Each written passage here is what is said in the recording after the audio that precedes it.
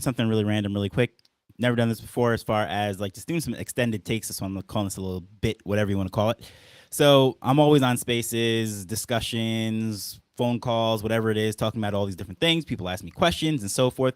But a lot of time I just don't have the time to really go into the details. So especially on spaces, if it's a huge panel, whatever it might be, sometimes 2, 3 minutes, whatever it might be. And I always say I'm going to land the plane here. It's because I have more to say, but I just want to draw it on because it just becomes kind of weird on spaces when you have a lot of people on the panel and there's an audience and you just take too long and so forth. Try to pass the mic. But there are a couple things that I kind of wanted to just dive into really quick. And again, testing this format, people always ask me why don't I do more video and such, is because you can see I'm set up for podcasting, right? I have the audio equipment and so forth, and I have a green screen over there when I do photos and different still shots and all these different things. But as far as my video setup, it's not so 100. As you can see, my office slash spare bedroom, it's again just not really set up, lighting and all that stuff. Spend way too much time setting up. That's why I don't do videos. It's not that I'm afraid to show my face, be on camera, whatever it is. I just don't like doing it, simply because I don't like how it looks, lighting and all this stuff. But anyways, going to the whole point, main point of why I'm even doing this, testing this out,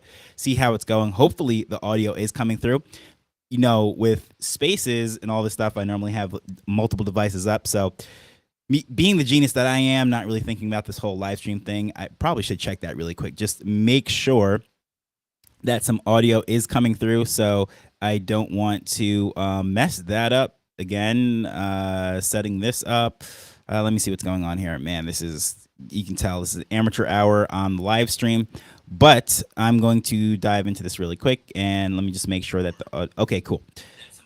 Have a screen up. All right, cool. Got the audio coming through. So, all right, couple things that I want to dive into. So, one of the spaces that I was on, I can't even remember because I'm on so many this week, that, or any week for that matter, that we were talking about all the different things that pops up. And one thing that came up that didn't really have time to go into is this whole world liberty thing, you know, the whole Trump organization, the family, they have their whole thing.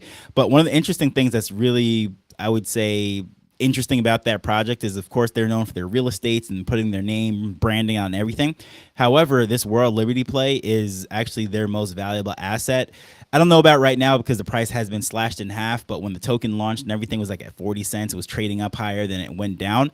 So why am I even mentioning this? Why is this important? What I found most interesting of this whole thing was this tweet here that I'm going to actually show. This is Justin Sun.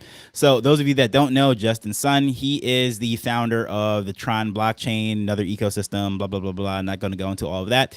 But how he came to fame is basically trying to hijack what is now the Hive blockchain. And oops, I just realized the screen is not up. There we go. His name, claim to fame, if you will, is when he tried to hijack. It was called Steemit at the time, and now they forked after he tried to take over. It's like a community split, the Hive blockchain, and they're doing some just different things over there. And people always ask me, well, why you talk about all these different blockchains, ecosystems, and so forth if you're supposed to be a Bitcoiner? Well, if you know what the Hive blockchain is, it is social media on chain. So if you're doing publications and all these different things, or YouTube, whatever it might be, it's on chain. It's permanent. It's free. You can't do that with Bitcoin. So it's like completely two different ecosystems. So you can't even talk about money versus technology, but that's another discussion for itself. Anyways, his claim to fame was trying to hijack Steemit, and he bought the whole thing, and the whole community revolted against him, spun off, did the Hive blockchain. So it's like two different ecosystems, whatever. Then he launched Tron, which right now is best known for doing stable coins, especially in like Caribbean and stuff. Like people have $100 in a wallet and they're transacting it. Really small micro transactions, that type of thing. That's what Tron is best known for. But anyways, it's not about Tron. This whole World Liberty thing is Justin Sun, who, by the way, if you see that HE on his name, it's a distinction that he has from being a permanent diplomat to Grenada, which is a Caribbean island.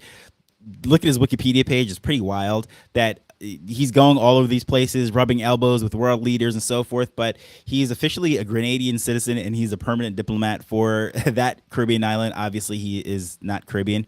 Well, he could be, because there are even Chinese, Jamaicans, and so forth, and whatever he is. I'm actually not even sure which country he's from.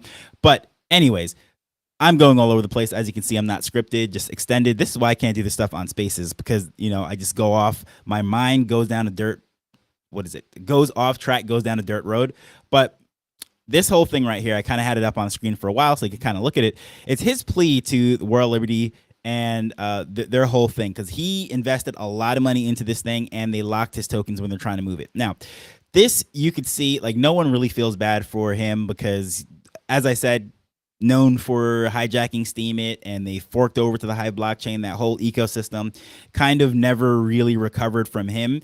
And then, of course, he's rubbing elbows with all these world leaders, all these different things. Even some people would say the reason why he got into this organization to begin with, World Liberty Play, is because they, this whole play was trying to cozy up with the Trumps and, get into the US and so forth.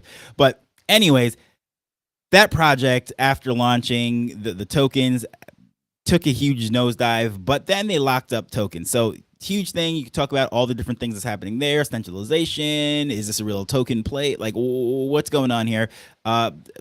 It is what it is, right? I'm just talking about this particular post, what's going on. But what I find really interesting is he's complaining, basically pleading to people that his tokens are locked up and he's an early investor. This is how you should treat early investors and so forth. And if you look in the comment section, literally nobody feels bad for him because, again, I just gave a quick crash course of his blockchain back history, a black backstory. Man, I'm just talking all over the place. Backstory, talking about, what he's doing in the Caribbeans, his what's the word? His dignitary status and all these different things. So he's doing all sorts of crazy stuff that, again, I've seen some interviews with him. I think he's actually a pretty interesting character. A Bankless, their crew did a really good interview with him, and I thought, he's a normal dude. But at the same time, too, if you're one of these like, everything is about freedom and all that stuff, which is like the core principles of the whole Bitcoin ethos and what happened within crypto and all this stuff, and no centralization, all this stuff. Well, then you're gonna have some issues with them. So as far as this quote unquote centralized project, a centralized figure that is now complaining that his tokens are not mobile because they locked them up, nobody really feels bad from that standpoint. But the reason why I find this very interesting is, well, first of all, someone of his caliber is using ChatGPT to write these posts. Like, I mean, honestly, this M dash right here, just dead giveaway. So anyone who's like using ChatGPT for whatever reason, right? So ChatGPT absolutely loves these M dashes. Again, going off the tracks down a dirt road, but it's all related. This is why I'm doing this, because I could just kind of rant, just go off the top of my head, and it's no script. Find this interesting, cool, whatever, let me know. I'm tripping over my words doing all this stuff because I'm just going off the top of my head. I have no script. So what's interesting with these M dashes, which, by the way, you can prompt the heck out of ChatGPT or whatever and just tell them not to use these M dashes, but for some reason AI loves M dashes. I personally think they look cool, but most people just don't use that. Like, first of all, we don't even know how to pull that up on the keyboard. It's not on the keyboard. What you see on the keyboard is a hyphen, and there's even an N dash, which is a little bit longer hyphen. So sometimes you'll see Word or Google Documents, whatever, kind of convert it to a longer one. So let's say if you're saying between January 1st and 21st, that dash, right? Sometimes it extends a little bit. Well, that would be an N dash instead of a little hyphen that you'd see in something like mother-in-law. And then there's this M dash, which is right here, which ChatGPT and AI absolutely loves. I think it looks cool. It's great. But again, it's just no one even knows how to put that up there. So anyways, why am I going into all of this? Here we have Justin Sun complaining about all this stuff, has this thing written up by ChatGPT. He throws it up here. It got 2 million views. And if you just look in the comment sections, absolutely hilarious. People are just mocking him, making fun of, oh crap, look at this. Someone just recently posted this too. They pointed this out. But yeah, as you can see, there's different, I don't know what language this is, if it's Chinese or Taiwanese or Japanese, I have no idea, but there's different characters, so it's an international thing, right? Yeah, he found out, all right. So anyways, the whole point is that I'm saying there was, the last time I checked this thing, there was like I think it was Chuck Norris or something. It was really funny. I thought that was going to pop up first. But that was the first thing I noticed when I read through this thing. Number one, he's complaining about centralization and basically the control of this particular project. He's an early investor. Well, all those people over on Steemit, don't feel bad. everything I've ever heard is basically that's what you did to them. Now, then he writes this plea, uses ChatGPT, and it's supposed to be like this heartfelt, get a plea, like let the people feel for you, and maybe the Tron Maxis or whatever might do that, but like the average person, like yeah, you write an apology letter and whatever, and it's ChatGPT, whatever. People spot that out and find it very funny, and pretty much everyone I know, like that's like a dead giveaway when you throw something into Chat GPT. Nothing's wrong with that. Great for editing and such. Those of you that know, I can't spell to save my life. That's an excuse that I use. I'm like, oh, I went to school in America. Down here, we use the Queen spelling in, Caribbean and most islands and such. So it's completely different. For example, tire, instead of spelled Tire, like in the States, the UK spells it Tyre. So anyways, I'll throw all my stuff into ChatGPT, like grammar check it and spell check it and do all that stuff. So I'm not knocking the use of it, but you can tell when someone is using it for editing as opposed to when someone's using it for creation. So the next story, which I didn't really get to dive into, which I find very interesting, and it is the fact that, let me see if I could pull this up really quick. The whole the ethos, I guess you would say, within this space. I even opened up by saying, why am I talking about World Liberty? Why am I talking about Justin Sun and Tron? And why am I talking about all these different things when you're supposed to be a Bitcoiner? Well, what I wanted to say is it's really interesting because that goes into this post, which I kind of had bookmarked. I threw it out there, didn't really have time to go into it, right? So anyone that spends any amount of time within this ecosystem, you notice that there's very cultish communities, if you will, right? So it's like almost like a religious experience within different pockets. And I'm not singling out any group because it's in XRP, it's in Cardano, it is definitely in anyway, you can go down all the list, every single group that, even when you go to NFT projects, you go to meme coins, the Pepe people, and they're talking about, oh, the GME people, like, you know what I mean? Like they get very cultish, and there's even like cell shaming. There is whatever it is. It's almost like you turn your back on the brother, right? So it gets really weird, right? So Maxis now, like when I'm talking about Maxis, I'm going to shift over and go specifically to Bitcoin. People are afraid of Bitcoiners, like Bitcoin Maxis. Why is that? It's because a lot of times for exploring something else or expressing something else that's, I guess you'd say, a little bit off the beaten path as a Bitcoiner, that you get what's the word, labeled as a poop coiner. I don't really cuss, so it is what it is. You get labeled as whatever, and people then are afraid to even explore other things. Now, I open this thing up by saying, hey, I like to explore all these different things. I'm checking out these different things. Now, that doesn't negate the fact that I think that Bitcoin is hard money, by far the best currency the world has ever seen, and all that stuff. Now, I'm not saying any other blockchain, any other ecosystem is money. Right? It's a very different argument. And that's actually why I created the banner that's on my X profile. If you look up there, you have Bitcoin in one box, and then you have Python, Windows, and Ethereum in the next box. And like underneath, I said, what did I say? Like, if you know, or you know what I mean? Something like that, right? That's mainly because of, let's say you want to have a space, you want to talk about Bitcoin, circular economies, you want to talk about onboarding the Caribbean or whatever it might be. There's certain people like, I would come on and do this, but at the same time, you like to talk about blogging on the Hive blockchain. Okay. I don't really understand how the connection is hard money versus a decentralized social media. Like I don't see the connection here. So as far as let me turn this thing down, because like I have this like cultish thing kind of popping up in my face, and it's kind of weird.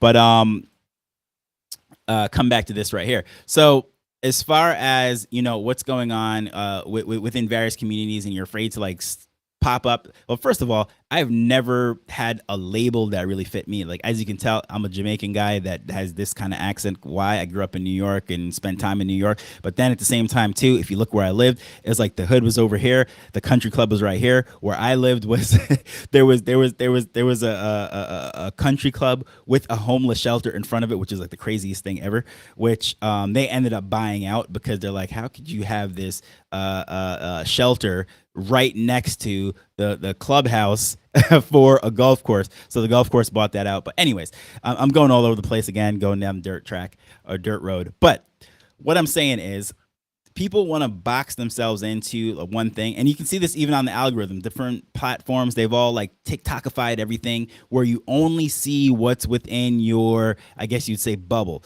So for example, if you are in the hodl Bitcoin, never spend it, just store it up, and like that's your life mission, and blah blah blah blah blah. Like that's all you're gonna see. All the people that are saying those things, that's it, right? You're not going to see all the cool things that's happening in Africa, South America. There's this I brought up the topic of a Bitcoin cafe that just recently opened in Mexico. I think her name is Isa. I don't personally know her or anything. I'm in Jamaica. I'm not in Mexico, but it's pretty cool that you have a cafe that their entire menu is in sats, right? And that whole circular economy thing is going on. And then on the other hand, you'll see people, for example, you had people knocking when she said there was, I think it's 300,000 sats in her first week of sales or whatever it is. And then people are laughing and saying that's like $400, right? Or whatever. I can't remember off the top of my head what the conversion was.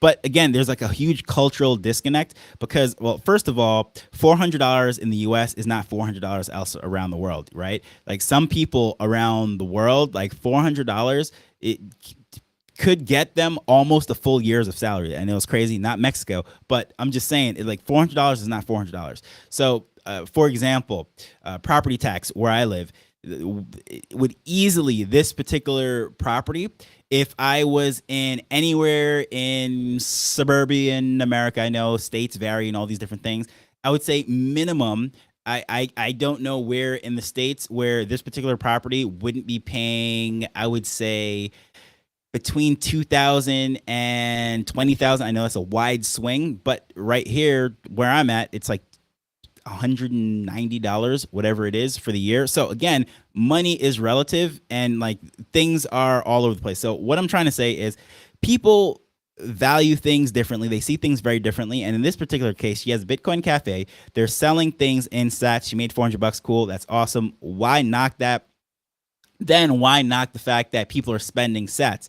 Because holding Bitcoin forever and just locking it down is solving a unique problem that most of the world does not have, right? So this idea of preserving wealth for the next generation is coming from a place of privilege, which is actually awesome. Great that you have money that needs to be passed on to the next generation and you want to lock this down and grow your wealth over time. But if you're talking to a person that's just trying to sell some socks on the side of the road so that they can have dinner for their family tonight, and then tomorrow they'll go out, take that little extra left over after they buy the dinner, buy some more socks and go sell them on the road again. I mean, you have people walking around selling shavers for, like those disposable Bic shavers. You have them selling knives. You have them selling, can I say knives on platforms? You have cutlery, right? You have them selling all of these different things that people use, and like that's day to day. They're just trying to get food for the next day.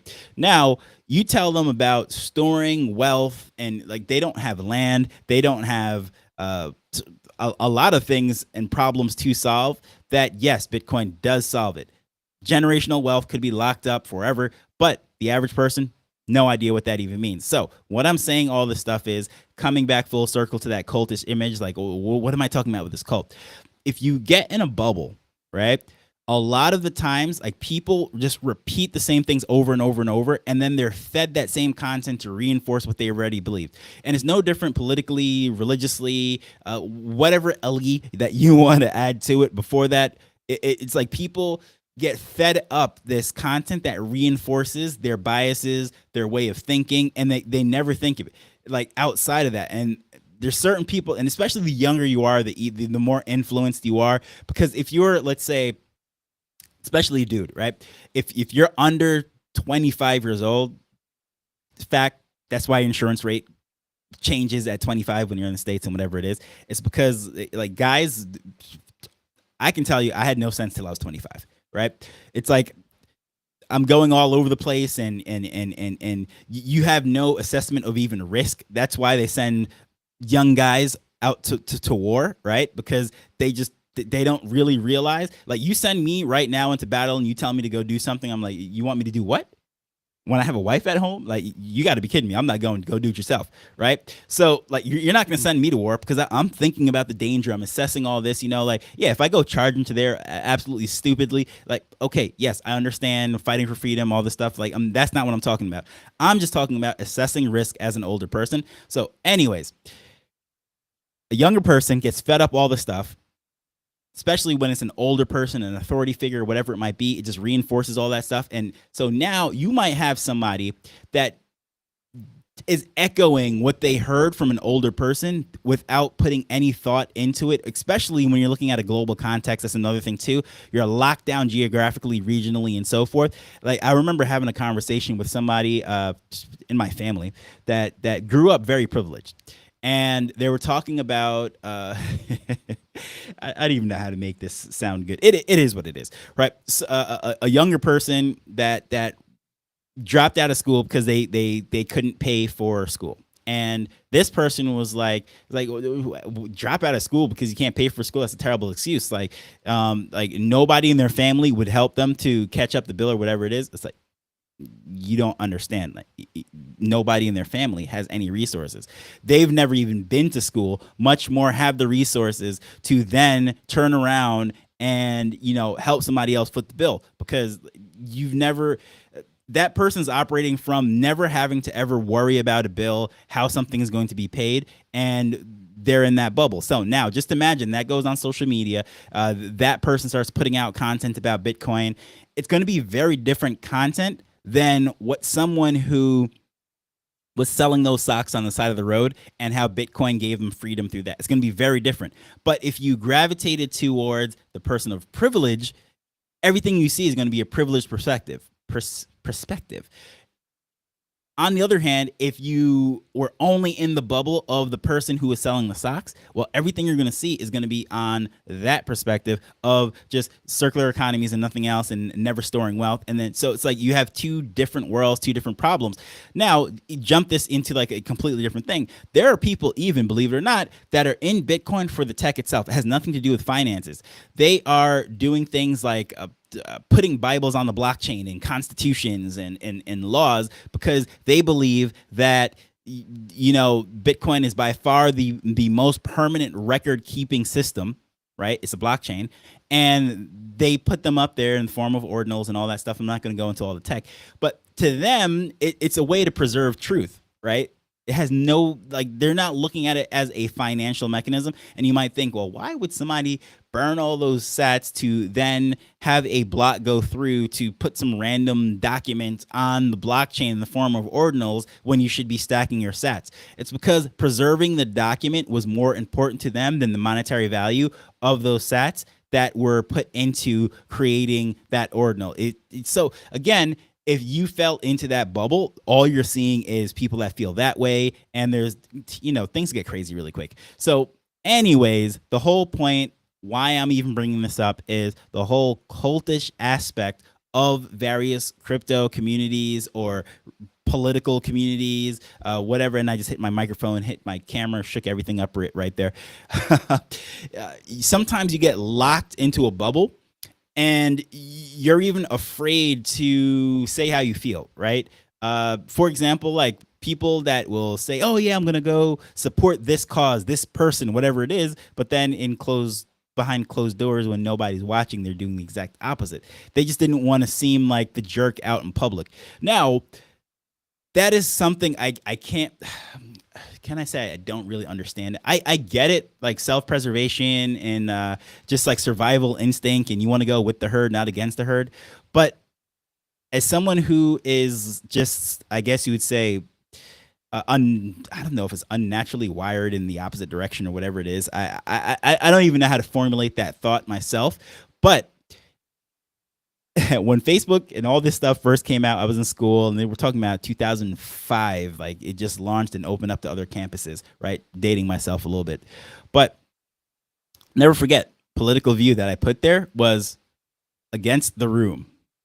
The least popular position that was ever happening on a college campus, I would just take that one just to make things interesting. Now, I don't have the energy I'm in my 30s now, and it's great when you're 17 years old, freshman in college, and you're just just doing stupid stuff, and you have energy to burn that you didn't burn at practice and all this stuff. But anyways, so no, I'm not just taking the least popular position in the room anymore. Even though some, you talk to my mom, people in my family, they might say that if I'm in a room of right wing thinking people, I'm going to take the left position. If I'm in a room of left thinking people, like that's what they'll say. I mean, yes, when I was younger, but now, generally speaking, I just pick my battles a little bit more wisely. But again, come back on the track. What I think is very interesting. We celebrate freedom. We celebrate all these great things that was unlocked by Bitcoin. There's even a great case. Just Google Bitcoin legal case, freedom of speech. It gets really interesting there. But we celebrate all these things within the ecosystem. But then if someone views it differently, they're almost ostracized and they're kicked out of the cult, right? And it's pretty wild. There's so many people that I personally know that I've met in this space that they'll say, yeah, I like Bitcoin. I've been in Bitcoin since XYZ, but I'm not going to come on your space because I know how Bitcoiners get. Like, that's a problem. So I'm going to land the plane here. Even though this is extended takes, I'm supposed to just go and rant and do all the things when I couldn't do this in the space when I was landing the plane to make things short and sweet. By the way, this was only supposed to be like a 15-minute thing, and now I'm just going on and on and on. But all I'm saying is it's cool to just express how you really feel, right? And explore things outside of the box because, again, the person that's in the US that has lots of resources has very different problems to solve than the guy selling socks on the street in the Caribbean, in Africa, wherever else to get dinner for tomorrow. Does that mean either way that they view the world is wrong? No. Does that mean because they arrive at different places within the Bitcoin ecosystem, their conclusions about what this means to them, is that wrong? No. The guy who is putting up the Constitution and Bibles and newspaper articles and whatever it is on chain in the form of ordinals or whatever, right? Or earlier, I was even mentioning, the unique social media aspect of things that's happening on Hive. And I think Abstract and others are doing it. But as far as I know, Steemit and Hive, that ecosystem. And look at this. My mother's calling me now. Beautiful, beautiful ability to, anytime I'm in a space or on a live stream or whatever it might be, going into a meeting, my mother calls me. But anyways, I'm saying all this to say that just give people the freedom to explore whatever it is that they have.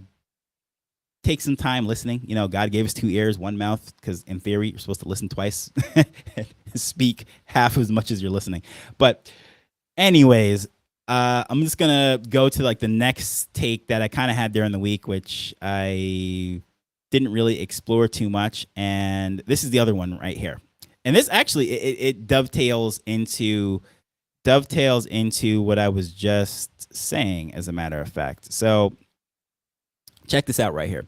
So this particular thing, this is something that's on the Flow blockchain. Again, how are you a Bitcoiner if you're talking about Flow? Well, until you find the NFL releasing things that's on the Bitcoin blockchain, well, then I'm going to have interest in Flow, right? I'm going to have interest in other ecosystems because they solve different problems. So again, if you're a live streamer like I'm doing right now and you want your live stream up on a blockchain, you're not going to do that in Bitcoin. But anyways, again, let me get to the point of this thing that I think is really interesting. I'm a huge football fan. I don't care if it is Pee-wees, if it is high school football, college football, which I'm a bigger fan of college than I am the NFL. But NFL, NFL, this is the kickoff weekend. So far, 2 games have been played. Pretty good games, both of them, actually. But point is, the NFL has this collectible situation here that's on the Flow blockchain. I think it's really cool. Different levels of like fantasy and different ways to just make the game as a fan interesting. And I think again, how I see all of these things. This is some just great technology of, look at this. Like you have like all these games and stuff, and it's centered around the fact that they have these collectibles, which are basically digital cards, right? Let me close this out so you can actually see what all days are. And I think this is like really cool. I've been collecting them and I want to collect a lot more of them. But like here we go. So those of you that know NBA Top Shots, if you're an NBA fan, like this is basically the same thing, but this is for the NFL. And I think NFL just has way more interesting again, I'm biased as a football player. Well, I was on the basketball team in high school, but that was only to stay in shape throughout the year so I could go play football again in the fall. But again, getting back on topic.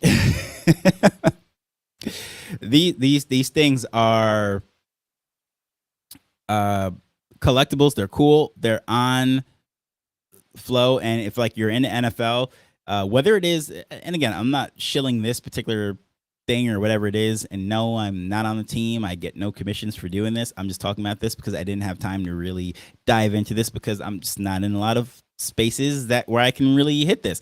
The reason why this came up this week was because I was like, well, here's a unique situation right here. And it's like, yes, even if you're a Bitcoiner, I don't see why you can. Oh, look at that. Perfect example right here. This right here with Saquon Barkley doing that spin, jumping over the head. If you want to collect that moment, this Hail Mary, I remember that. I watched that live. That was absolutely amazing. So all these different things, right? Just the fact that I'm getting all excited just talking about highlights I saw from last year, right? The fact that you can do certain things like this, I'm trying to figure out where to close this bat. Okay.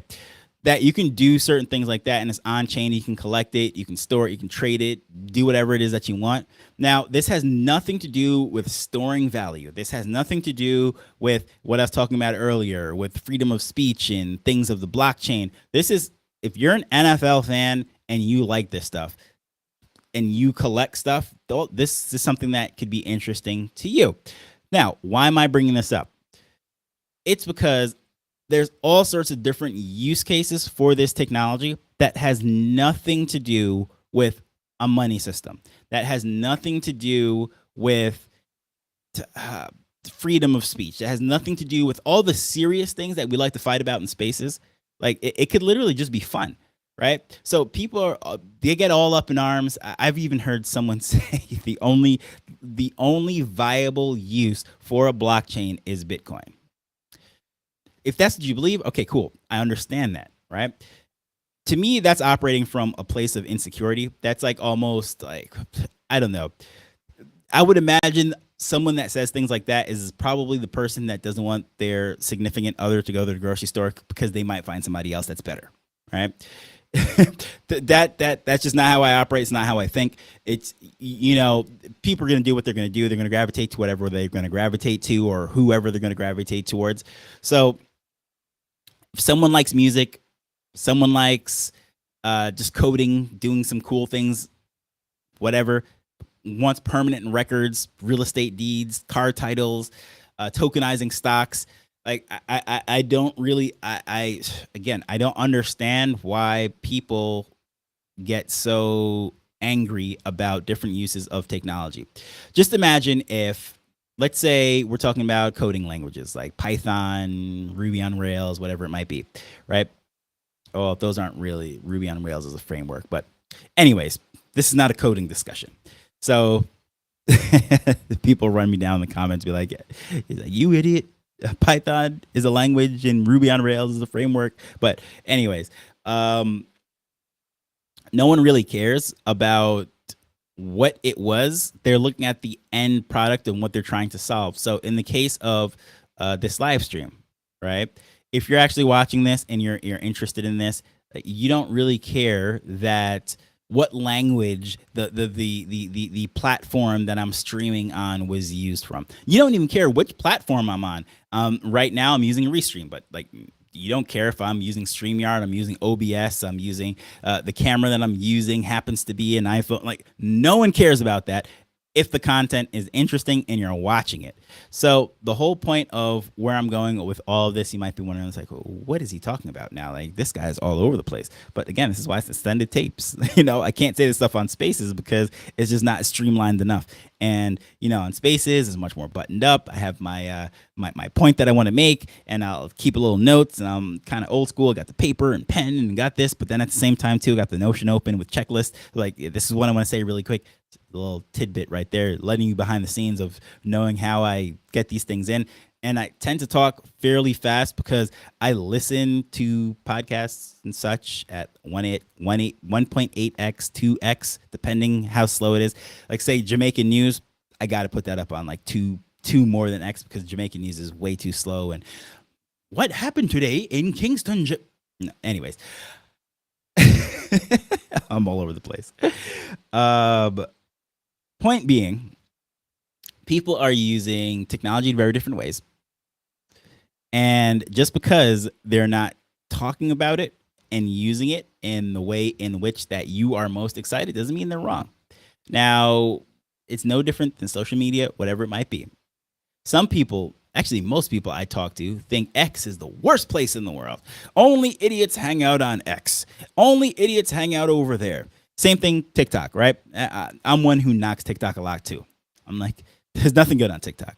I know that's not really true, but it might slip out of my mouth, right? I might say that because the perception of just people dancing around and doing trends with music, and it's not really what it is. So going to X, everyone thinks it's just right-winged, crazy, political conversations that are against black people, against everything, whatever. Like, that's a take I hear all the time, that it's like, why are you on X? They don't like you. Like, what? Anyways, point being, if you're not in that bubble, you're not using the thing, whatever it is, you're going to have a very warped perception of anything. And you're going to form an opinion that's basically dominated by the bubble in which you actually hang out. So you talk to people on Instagram, which, again, I don't like over there. It's just too, in my opinion, artificial and this and that. You talk to a different person, they're going to say, no, Instagram is real. We just keep it real. Over on X, you guys are just talking about tech and trying to outsmart each other. And it's a huge contest of who's better at what they think about and all this stuff. And that's not necessarily the case either. But again, going back to this whole thing, the cultic personalities and communities that's within the space, it can get wild pretty quickly. And, I didn't really have time to elaborate on that thought. But anyways, with that said, this is sort of where I'm at. I'm just kind of going all over the place right now, just extending some of the takes that I had this week. There was a lot of interesting things that happened, and I didn't really dive into it that much. But some things that you might want to check out, U.S. Bank now having Bitcoin custody. What does that mean? Is this getting too corporate over on the Bitcoin side of things? All the paper Bitcoin arguments and conversations, which are very real, which, the way I see it is, look, if you have this amazing wife or whatever it is at home, and then somebody's out there pretending to have a copy of your wife and like, oh yeah, it might make you feel a little weird. But at the end of the day, guess what? You get to go home with her, and they don't. So that's the way the whole paper Bitcoin thing goes in my head. But all these different things, right? Everyone's going to have their strong opinions. They're knocking this, knocking that, and everyone is so gung-ho about what they believe. And that's cool, right? That's absolutely cool. But sometimes it's all right just to take a little breath, right? Step back. Listen to somebody that you don't even agree with. You think they're the craziest person in the world. For example, XRP people and Bitcoin people. You're going to think both of them, like each other, like generally speaking, if you're gung-ho in either camp, you're going to think the other one's crazy. But if you have the emotional maturity, whatever it is, the wherewithal to actually just sit there and it's like, you know what, I think this person is absolutely nuts, but I'm just going to listen to them for a minute, see where they're coming from, you're probably going to arrive at a better place. And even if you just go back to your camp and you're gung-ho in the cult of whatever it is that you're coming from, that you are just going to have a better perspective of what's out there. And even if it's for the sake of recruiting for your cult, not that I'm promoting cults, is you're going to understand what language to speak out there, because these are the problems that they're addressing, right? It's no different than going back to my day job, my whatever you want to call it, my background in marketing, that you're going to actually, in order to market something, if you have to understand who you're marketing to. right? You have to understand the language, their pain points, their what they think, and you could have the best solution in the world, but if you don't understand them, guess what? You're not going to do very well at selling it to them. They might just stumble upon it and say, "Wow, this is absolutely amazing," and they'll buy it or adopt it, whatever it might be. But if you understand how they talk, you're going to do a much better job. And the last thing I'll say, and I'll land the plane here, even though this is extended takes, is just look at what Apple did. And I know this is again another cultish thing. Windows, Apple, right? I I don't know anybody that really has explored both systems that says by far Apple is the most user friendly, the most powerful creator tool, all of these different things. You have so much more freedom in Android. You have so much more freedom on a Windows computer, but at the same time, the stability and having everything work and everything's in house, one ecosystem, all that stuff. That's what Apple has. So, like, they're two very different things, but guess what? Apple has, at least for the most part, had one central message that communicated it so well that it spoke to the heart of people, and that's why Apple is what it is. And then, Windows is all scattered and used all it's like seen as buttoned up and just not working. Back in the day, those of you that are old enough to remember Windows Works, biggest oxymoron in the internet history or tech history. But all those things, right? It really came down to marketing. It got to the point where everyone thinks that if you are in design, if you're in creative services, you have to use an Apple device. And that's actually not true, because regardless if you are on Apple or if you are on Windows, the Adobe suite actually works exactly the same on both. Correct me if I'm wrong, but I've used both. I learned on an Apple, and I don't use Adobe anymore, but it operates the exact same. As a matter of fact, what we used to use back in the day, we used to use thumb drives and just swap from in the computer lab, the design lab, everything was on Macs. And I would go back to my dorm and I'd do everything on my Windows and just take that same thumb drive and transfer back and forth, because you were in that specific application. That's how the files were saved. But again, all over the place. But point being, marketing plays a big point. So if you understand how that other group thinks and you really want to bring them over, cross them over, start speaking their language. And that's all I'm saying, all over the place. But those were extended takes. Things I didn't really have the time to say or elaborate on. I might have just kind of flew over it really quickly on Spaces. But other than that, feel free to argue with me. Say whatever you have to say. Hopefully the audio did come through. I did take that little check to make sure it is. But I will see you all next week, next time, whatever. Maybe, I don't know. Maybe I'll do this as a regular thing. It was kind of fun.